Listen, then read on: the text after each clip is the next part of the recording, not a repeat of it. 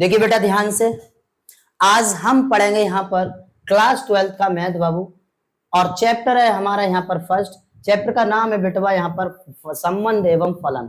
संबंध एवं फलन, तो संबंध एवं फलन के बारे में बेटा जी मैं फुल इंट्रोडक्शन दे चुका हूं। उस वीडियोस को आप देख लोगे जिसमें मैंने फुल इंट्रोडक्शन दिया है। तो संबंध एवं फलन यानी कि संबंध क्या है, संबंध के प्रकार कितने हैं, उन सभी के बारे में मैं फुल डिटेल से बता चुका हूं। लेक्चर फर्स्ट, लेक्चर 3 और लेक्चर फर्स्ट, लेक्चर 2 और लेक्चर 3 में बता चुका हूं। आज बेटा जी यहाँ पर जो हमारा एक्सरसाइज 1.1 है, ध्यान से समझना। लेक्चर 3 तक हमने इस चैप्टर का पूरा डिटेल इंट्रोडक्शन दे दिया है, फुल इंट्रोडक्शन दे दिया है, पूरा एकदम सीक्वेंस से बताया है, स्टेप टू स्टेप बताया है। तो उन वीडियोस को जाके आप चैनल पर देख लेंगे और प्लीज चैनल को सब्सक्राइब करेंगे, वीडियो को लाइक करेंगे। सभी बच्चे बने रहेंगे और जुड़ जाएंगे अभी से, और बेटा बेहतरीन तैयारी करेंगे आप यूपी बोर्ड 2027 के लिए। यूपी बोर्ड 2027 की इतनी अच्छी तरीके से तैयारी करनी है कि याद रखो आप भी और हम भी, हम तो कोशिश कर ही रहे, आपको भी याद रखना है कि 95 प्लस बनाना है। ठीक है, 95 प्लस बनाना है। तो 95 प्लस यदि अभी बनाना है आपको यूपी बोर्ड 2027 में, तो बेटा अभी से मेहनत करनी होगी और जुट जाइए, मेहनत में लग जाइए यहाँ पर ध्यान से। और बेटा आज हम समझेंगे संबंध एवं फलन। संबंध एवं फलन में एक्सरसाइज 1.1, एक्सरसाइज 1.1 का आज है हमारा लेक्चर फर्स्ट। तो लेक्चर फर्स्ट समझोगे एकदम हौसलों के साथ और हौसले बुलंद रखेंगे, ठीक है, ध्यान से, और पढ़ाई करते रहिए एकदम बेहतरीन तरीके से बेटा, एकदम आसान भाषा में यहाँ पर, और पूरा एनसीईआरटी बेस्ड है, बिल्कुल बेसिक से। मैं आज की क्लास को स्टार्ट करता हूं। तो देखिए बेटा आज की क्लास को, ठीक है, तो ध्यान से समझ लेंगे। ये क्लास को स्टार्ट कर दूंगा एक्सरसाइज 1.1 को, ठीक है। रिवाइज में क्या है बेटा, संबंध। संबंध मैंने आपको बता दिया कि संबंध किसे कहते हैं, याद रखोगे। संबंध के प्रकार बेटा यहाँ पर 3 टाइप बताए थे। सबसे पहला संबंध क्या है बाबू, स्वतुल्य संबंध। स्वतुल्य संबंध, ध्यान से समझना, स्वतुल्य संबंध। स्वतुल्य संबंध में क्या होता है अच्छे से आप समझिए। अगर बेटा, यदि बेटा A बिलोंग्स टू A, मतलब कोई एलिमेंट समुच्चय A में विद्यमान है, उपस्थित है, तो बेटा A, A belongs to R, मतलब संबंध में होना चाहिए A, A belongs to R। सीधा सा मतलब यहाँ पर है स्वयं का प्रतिबिंब स्वयं से बनना चाहिए, तो वो कैसा संबंध है, स्वतुल्य संबंध कहलाएगा। ठीक है बेटा, नेक्स्ट हमने पढ़ा था यहाँ पर सममित संबंध। सममित संबंध यानी सिमेट्रिक रिलेशन,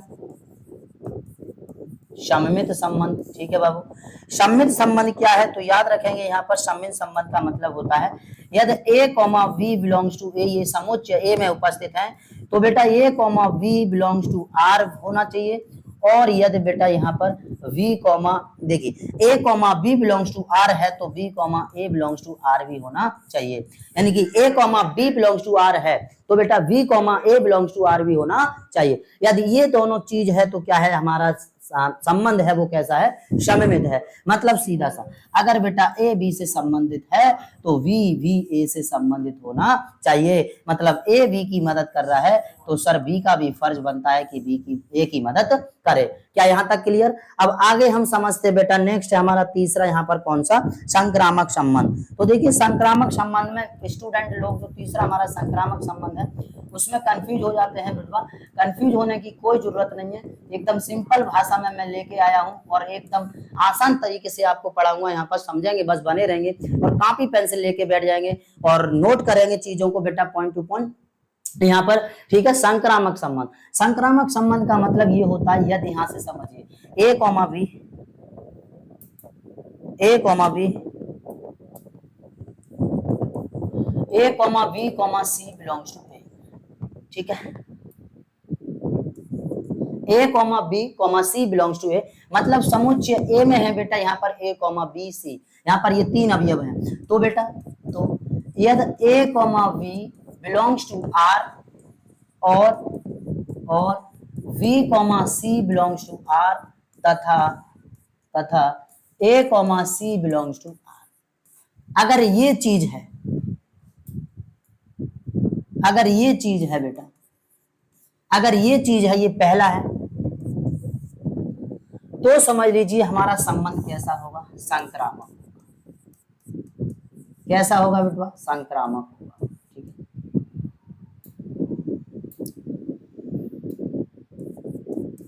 संक्रामक होगा। ठीक है, अगर ये सिस्टम मतलब पहला पॉइंट, यदि a comma b belongs to R है और b comma c belongs to R है तो बेटा ए कॉमा सी भी होना चाहिए आर में। अगर ये कंडीशन है तो संक्रामक है। दूसरा पॉइंट इसका क्या होगा? यदि बेटा a comma b belongs to R और v comma c belongs to R, लेकिन बस यहीं पर ध्यान से समझना बेटवा, लेकिन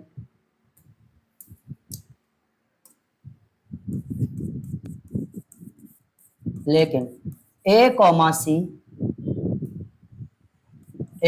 सी does not belongs to R. मतलब क्या हुआ सर? दूसरा पॉइंट ये कह रहा है a comma b belongs to R और v comma c belongs to R, मतलब आर में है, संबंध में है, लेकिन बेटा ए कॉमा सी संबंध में नहीं है। तो यहां पर मतलब क्या है? ये संक्रामक नहीं है, संक्रामक नहीं। बस एक यही केस होता है जिस केस में संक्रामक नहीं होता है, नहीं तो हर केस में संक्रामक होता है, ये बात याद रखना। और तीसरा केस है इसका, और यदि बेटा a comma v belongs to R और v comma C does not belongs to R. Oh my god, यहां पर क्या मतलब हुआ सर? अगर a कॉमा बी संबंध में मिल गया और v कॉमा सी संबंध में नहीं मिला, और जब b कॉमा सी संबंध में नहीं मिला तो आप बताइए मुझे, क्या a कॉमा सी संबंध में ढूंढ सकते हैं? नहीं ना ढूंढ सकते हैं। जब a कॉमा सी संबंध में नहीं ढूंढ सकते हैं तो ये एक केस ऐसा है बाबू, इसमें जो हमारा फलन हो, जो संबंध होता है वो कैसा होता है? संक्रामक होता है। तो ये बात आपको याद रखनी है अच्छे से।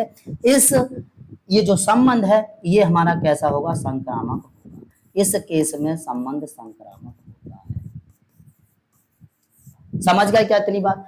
बेटा एक बात यहाँ, यदि a comma b belongs to R, b comma c belongs to R और c a comma c belongs to R है तो संक्रामक है, और a comma b belongs to R, b comma c belongs to R, लेकिन a comma C does not belongs to R तो बेटा संक्रामक नहीं है। और यदि a comma b belongs to R और b comma C does not belongs to are, जब b comma C does not belongs to R है तो a comma C does not belongs to R भी होगा, क्योंकि आप उसमें ये ढूंढ नहीं सकते। अगर b कॉमा सी मिला तभी तो a कॉमा सी ढूंढ सकते ना, और जब ये नहीं ढूंढ सकते और ये नहीं है तो बेटा संक्रामक संबंध है। ये एक ऐसा केस है जो बेटा बहुत बेहतरीन है, इसे समझना और तभी आप समझ पाएंगे कि संक्रामक संबंध क्या है। तो इतना समझ गए होंगे सभी बच्चे। चलिए तो आज की क्लास को बेटा स्टार्ट करते हैं, और एक्सरसाइज है हमारी कौन सी? 1.1, क्वेश्चन नंबर है बेटा 1। बस नजर सामने रखेंगे। सबसे पहले मैं आपको क्वेश्चन दिखा दूं। क्वेश्चन है, निर्धारित कीजिए क्या निम्नलिखित संबंधों में से प्रत्येक स्वतुल्य संबंध तथा संक्रामक संबंध है। ओके, हमें ये बताना है कि कौन स्वतुल्य है, कौन सम्मित है, कौन संक्रामक है। तो यहाँ पर सबसे पहला क्वेश्चन, समुच्चय ए, चलिए मैं आपको लिख लूं। समुच्चय ए 1 2 3 13 14 में संबंध आर इस प्रकार है, परिभाषित है कि R equal to x, y such that 3x minus y equal to 0। Okay बेटा, इस क्वेश्चन को मैं यहां लिख लेता हूं, थोड़ा सा इस क्वेश्चन को यहां लिख लेता हूं। देखिए हमारे पास कोई समुच्चय दिया है 1, 2, 3 डॉट डॉट डॉट 13 14। ठीक है बेटा,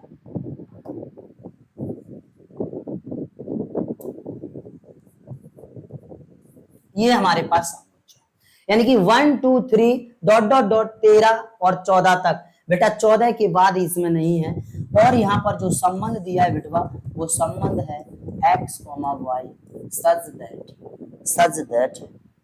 that 3x minus y equal to 0, 3x minus y, ये हमारे पास संबंध है। अब एक बात बताओ, अगर आप x की वैल्यू 1 रखेंगे सर, यहाँ पर ये जो आपके पास जो कथन है, मतलब समीकरण है, वो समीकरण कितना है? ये जो समीकरण है बेटा वो 3x minus y equal to 0। अगर आपने यहाँ पर x इक्वल टू 1 रखा तो बेटा y इक्वल टू कितना आ जाएगा? तो y इक्वल टू कितना आ जाएगा बताओ जल्दी से? y इक्वल टू आ जाएगा 3, आ जाएगा या नहीं आ जाएगा? और जब इतना आ जाएगा तो यहाँ पर हम डायरेक्ट बना सकते हैं संबंध को। देखिए कैसे, अगर बेटा मैं x की वैल्यू 1 रखूं तो y की 3 आ जाएगी। बेटा x की 2 रखूं तो y की यहां से निकाल सकते हैं 2 3 6 आ जाएगा। अगर बेटा x की 3 रखूं तो y का 9 आ जाएगा। इसी तरह बेटा यहाँ पर x का 4 रखूं तो y का 12 आ जाएगा, और x का बेटा यहाँ पर 5 रखूं तो y का 15 आ जाएगा। लेकिन उतना हमें लेना नहीं है, क्योंकि वो कह रहा है सर 14 तक लेना है, 14 के बाद का नहीं लेना। क्या समझ गए इतनी सी बात?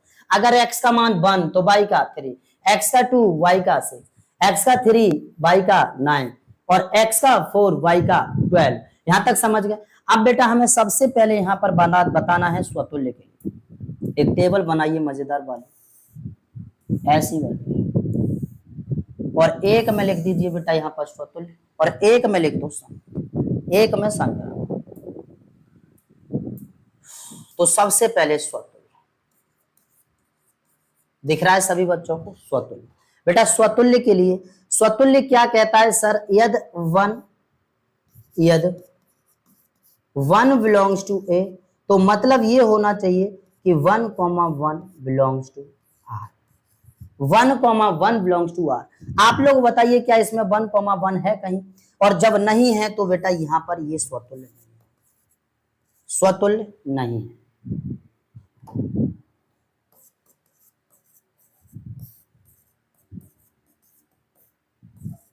क्या समझ गए इतनी बात? 1,1 does not belongs to R, तो स्वतुल्य नहीं है। अब बेटा सममित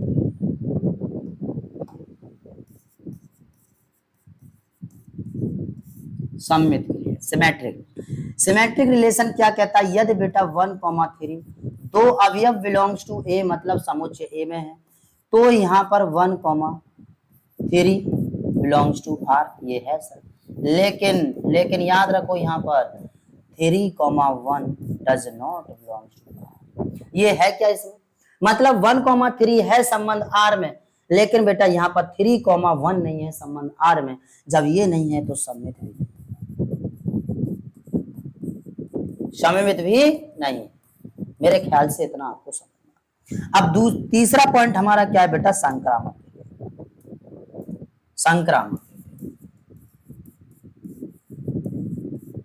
ट्रांजिटिव रिलेशन। बेटा संक्रामक को समझोगे, यदि 1,3, 6 बिलोंग्स टू, यहां पर कोई 3 अवयव ले लो सर,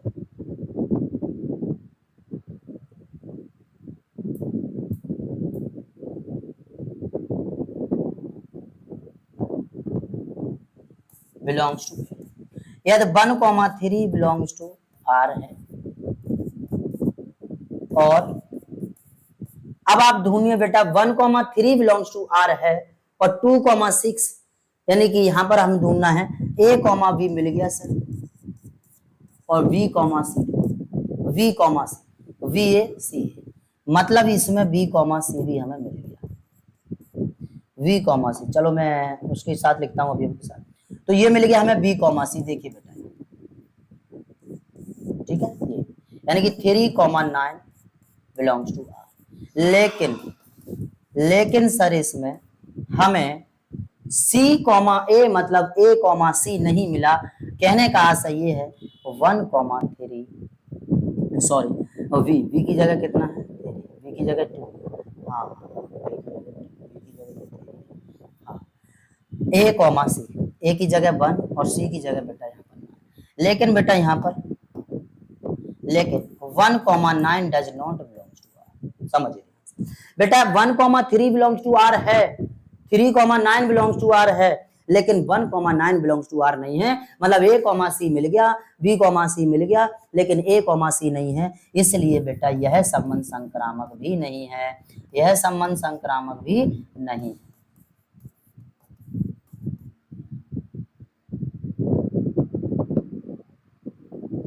समझ गए इतनी बात?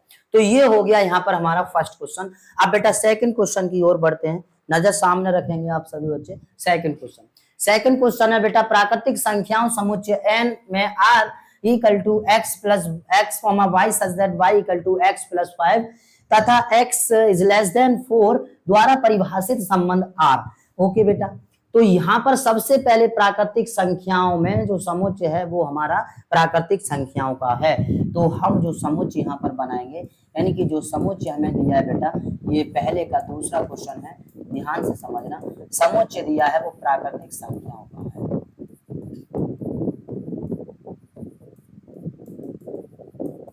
प्राकृतिक संख्या तो a इक्वल टू कितना बेटा, 1 2 3 4। एक बात और याद रखेंगे बाबू, ये जो प्राकृतिक संख्याएं दे रखी है वो कहां से कहां तक है, 4 से छोटी है, 4 से छोटी, तो बस इतना। ओके, 4 से छोटी। अब जो संबंध है वो हमारा क्या है, r x, y such that x plus y कितना है बेटा, x प्लस वाई, वो sorry y equal to x plus 5।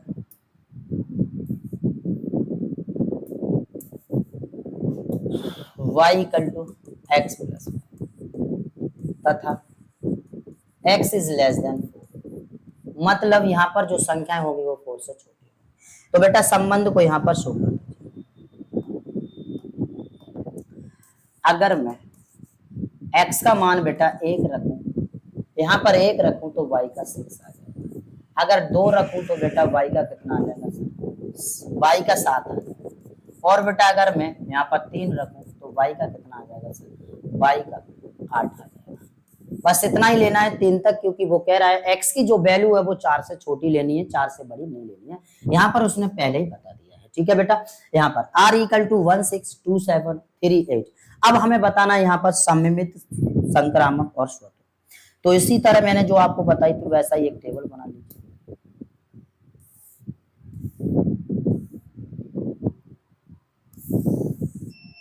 बेटा टेबल बना लीजिए। सबसे पहले हम देखते हैं यहाँ पर स्वतुल्य के लिए, स्वतुल्य के लिए, ठीक है बेटा।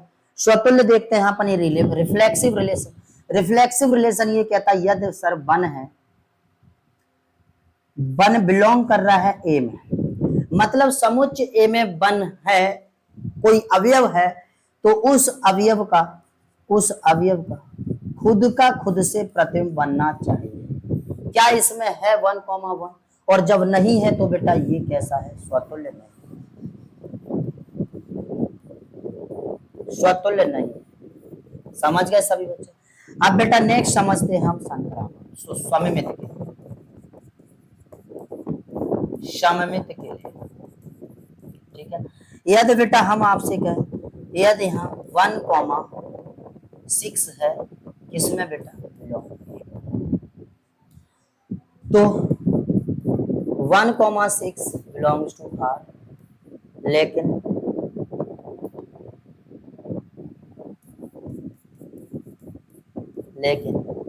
क्या 6,1 है इसमें संबंध में नहीं है। जब बेटा 6,1 संबंध में नहीं है तो यह सममित भी नहीं है।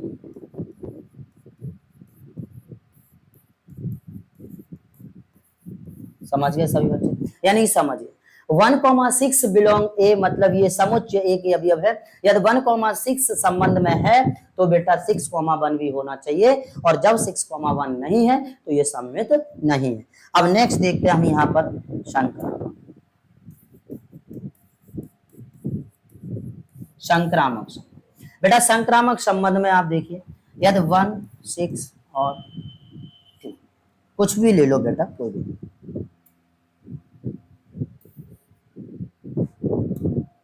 यदि 1 2 6, ठीक है, बिलोंग्स टू ए। बेटा यदि 1,6 है किसमें, ए में, यानी कि आर में।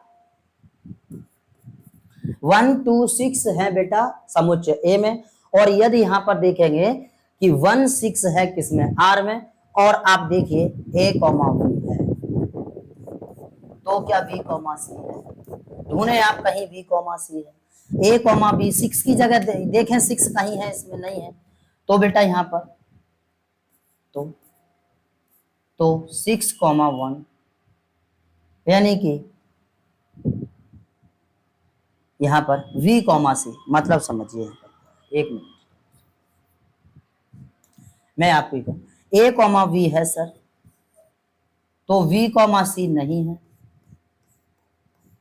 और जब v कॉमा सही सी नहीं है तो आप हमें ये बताइए, a कॉमा v हमने ढूंढ लिया, v कॉमा सी नहीं मिला, तो बताइए a कॉमा सी देख सकते हैं क्या सर? a कॉमा सी निकाल सकते हैं।